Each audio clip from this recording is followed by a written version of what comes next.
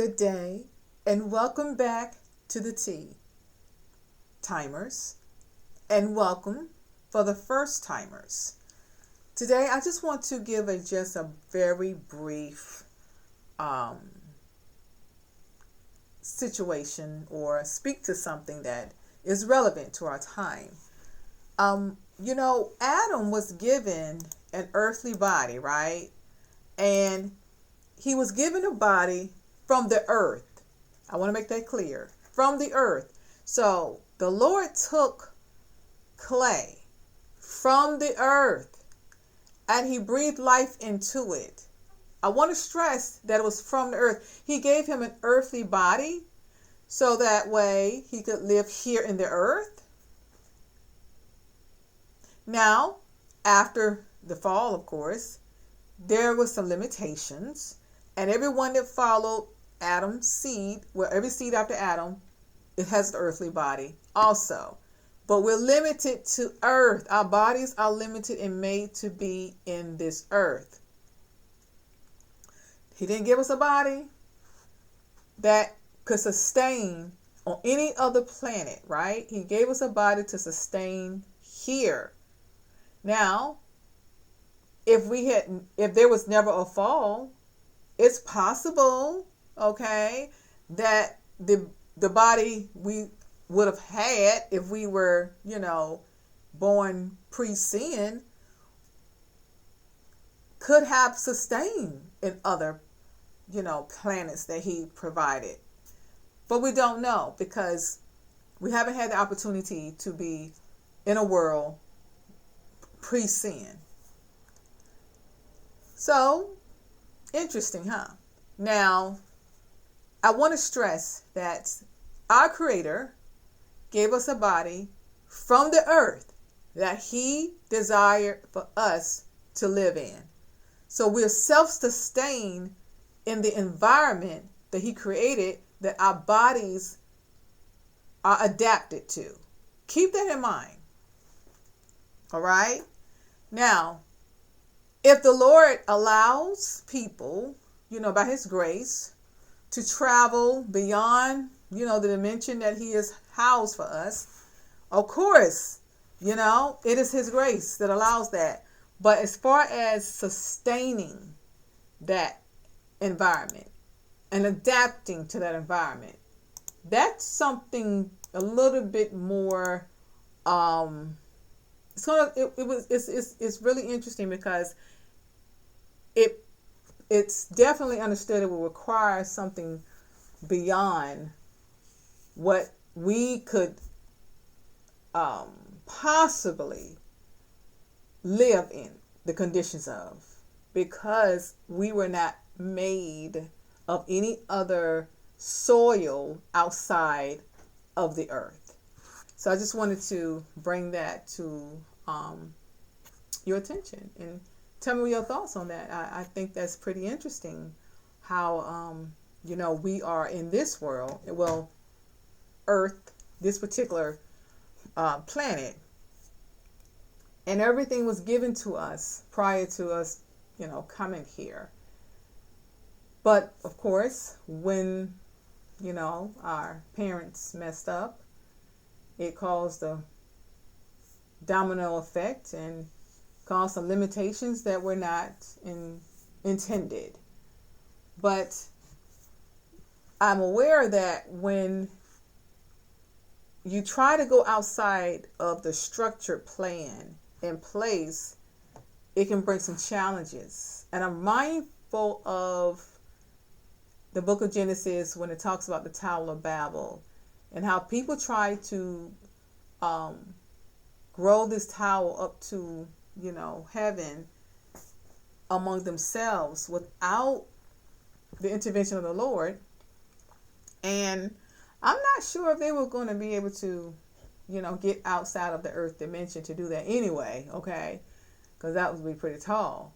But they were on one accord, and the Bible did say that when the people in that time were on one accord, nothing would be impossible for them to do because they were all on one accord, right?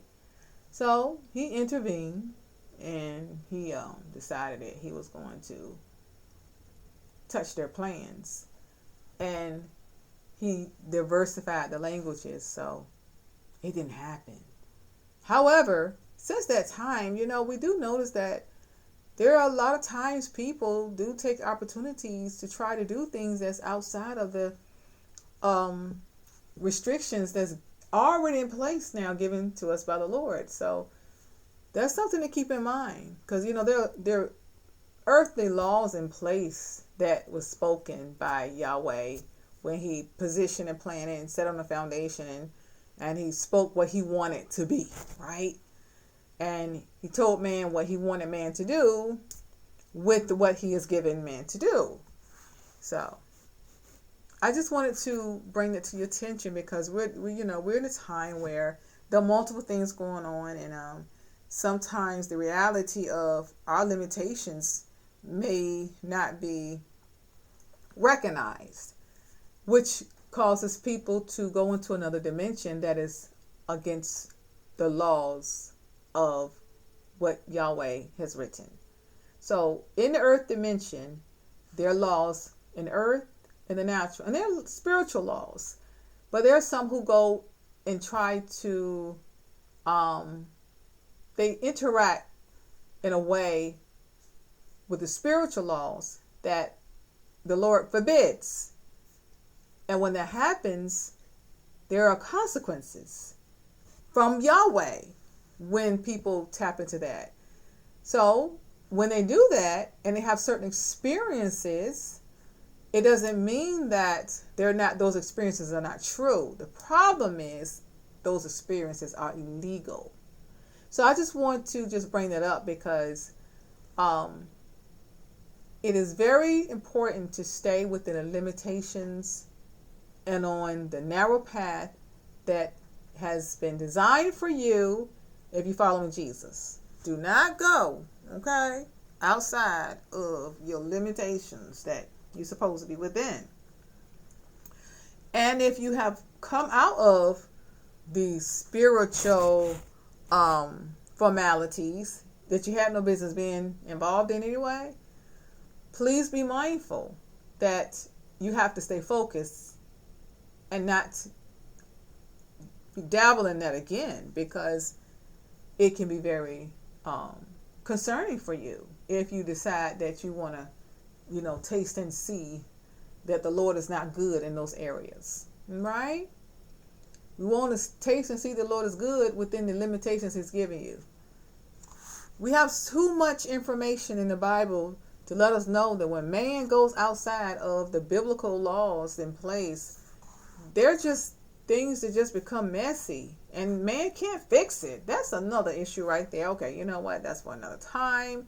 We're going to keep reading, okay? I'm going to keep taking you on a journey. I'm just wanting to throw this out there because I'm aware of people trying to do things outside of the biblical requirements, and, using, spiritual tools to try to make it happen without understanding the strings attached to that. It's going to be, can be detrimental. And I hope that if you're one of them and you hear this and you feel a conviction and you know that I'm talking to you and this is true for you, you have an opportunity to stop, turn away from that, and ask the Lord to forgive you. Yep, you sure do. Ask Him to forgive you right now. Do not put it off. Please don't. Start right now. Ask Him to forgive you. Turn away from those works. Let me say this to you. If you're new in the faith, right, and you just coming in, you've accepted Jesus, you're really trying to get this thing right. I'm going to tell you something. You got to do some house cleaning. Yep, you have to clean up your house, baby. What do I mean? Okay, what I mean is, first, not just your physical house. There may be some things you still have that in your home, right? Trinkets, things like that, rings, maybe from a past relationship that was associated with the dark world. Let me see. Just anything really that is from your dark past that you don't have permission to keep.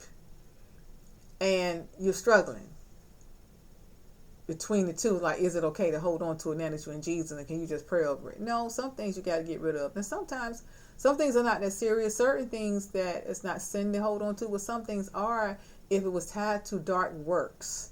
Okay, so clean up your house, clean up your physical house, and then, go through your social medias, how many of you have, and just look through it. You might have stuff there you didn't even realize that you still had on your pages, right?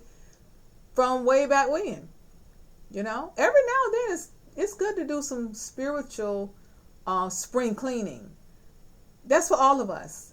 And no matter how much we grow in grace, there are things that are getting tweaked, okay, about us all the time. The Lord constantly spiritually tweaks us, because he told us that, because he has to purge some stuff out. You know how people do detox, right? And they they put the where we all should be doing a detox, and on a regular every now and then, but you have to be mindful. You have to know what you're doing with that, okay? But spiritual detoxes are very important. Don't assume because you have been, mature and anointed by the Lord, and you doing what he's called you to do, and you growing in grace enough to think that you don't need to do a spiritual detox every now and then. We all do, okay? It's good to stop, go through your social media, look and see who you're connected with, and if that's somebody you need to detach yourself from. And let's say you've been in faith and you don't look through social media because you stopped doing that. Oh, good for you. But if you have not removed the account, right, since you've been born again, and it's been a long time since you've been on social media, you still want to go back through it. You're the ones I'm talking to for real, because if you were, walking in darkness, it's possible that you have entertained things on your pages and not realize it. Go clean that up. Go look through it. Just make sure, okay? Just go through your files and make sure there's nothing hiding up in there. You know what I'm saying? I know that I grew up, old school.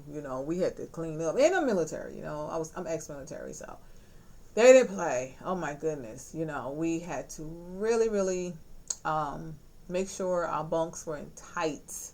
We had to clean. Oh my goodness, all the detail work. And it was just like busy work all the time, all that cleaning, which I don't have a problem with the cleaning. The problem was it would make us rake leaves. It's like, are you serious right now? Not saying that leaves don't need to be raked, but it was just like, you couldn't just sit around, is what I'm saying. You had to always be doing something. You had to make sure you were staying on top of protocol at all times, always ready, always they would not allow you to be, I can't think of the word, starts with an S, but you know what I'm trying to say for those who understand. The actual urban, not urban, but the late term is like couch potato. They wouldn't allow you to be, it's right there. I just can't think of the word, but I know what it is. Oh my goodness. They don't allow you to be a couch potato. Oh my goodness. They won't let you to do that because it's not cool to be sitting around like that. And at that time when I was dealing with that foolishness, I used to get very irritated and frustrated because I did not understand what was going on. But looking back, it makes so much sense because some people, they had to, lose a certain amount of weight, okay? And if they didn't, they could have possibly have to leave the, the forces. So it was a way to keep us active. As long as we were up until nighttime, it was a way to keep us active and not get, lazy. So that's how I view the spiritual upkeep. Okay, we don't want to get lazy. Okay. I hope these words I found you well, because we are in a time where Jesus told us it will be like this, and it's almost like people are going in slow motion. The world is like in slow motion. At the same time, there's a lot of activity going on very fast. Decisions are being made. A lot of, Jesus told us we wars, rumors of wars, and all of that. He said peace is a sudden destruction. But it's like at the same time, he told us how the devil came to wear the saints out, right? So there is a part where it's like a sedentary mentality. And of course, sedentary is the part that the nicknames couch potato, comes from. But there's a sedentary spirit too, where you can tell that we're in that season where the enemy, the adversary, wants to wear saints out. Saints who have been, were once very aggressive and, getting the gospel out and stuff like that. It's almost like what's going on. You know what the season we're in, but it's like you feel sluggish, spiritually sluggish. So that's why it's so important to clean up, because it's not always food. I'm saying this for a reason. It's not always food, okay? Because you can have a healthy menu, but still have some struggles like with upkeep, because your spirit, okay, is impacted by things that you may be connected to, because you haven't cleaned up your spiritual connection. So I know how important it is to release yourself or release people from you, and and not to follow people. It's not good to follow everybody, okay? And if people choose to follow your page, that's their choice. But make sure if they're going to follow your page that they have something to follow. Make sure it's clean. Make sure it's spiritually clean, and that it is giving them direction to who you truly stand for. Don't confuse people. Now, I understand we have liberties in this world, so I'm not legalist. Okay, I'm not a legalist. Okay. But at the same time, we want to make sure that people know that black is black, right? And green is green when it comes to you. And saying that they're not confused. All right? You're not a chameleon. That's all I'm saying. You're not a camouflage. Make sure people are aware you're not a camouflage. Okay? You are who you say you are. And listen, I'm not saying that everything about you is going to be perfect, because this is a progress all the way to glory. None of us are perfect, but they should be able to see the distinction, okay, of your perfection. So let's say they were aware of, let's say you used to be a heavy drinker, and you have on your Facebook page all the bottles and stuff, hanging around or sitting around in your living room or your top of your refrigerator, or wherever you have your collection, right? And that was what you did, because when you was about that life, you showed it off. But now you've given your life solely to Jesus, right? And you clean it up, but you no longer, that's not you anymore. So you got these videos up now professing Jesus, and and he's the king. But you still have those pictures and those pics about the life you used to have. That's what I mean. Okay? The progress. They should be to see the progress, but you want to kind of like take that old stuff away. All right? Get rid of that. Get rid of the old, okay? Because he did tell us he can't put, we can't be putting old wine in new bottles. It just, it doesn't work well. Okay? Well, I really hope that you have enjoyed today's tea. Okay? Because we are in that time to look up, like he said. It could be, we could be days, months. I just have a hard time feeling like we're years away from Christ's return. Okay? Now, we are definitely years away before the end of the end, because there's a whole 1,000-year period that has to happen when Jesus comes set up camp here, right? So as far as the end, that won't be, until however long after. But the rapture will definitely come before that time, because he will set up camp. So we're not that far, but we are close enough where we're in the age of the Gentile shutting down, because Jesus told us that.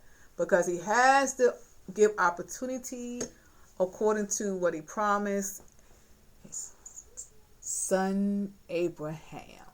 Now, if you hang in there with me, you're going to see that, okay, in scripture.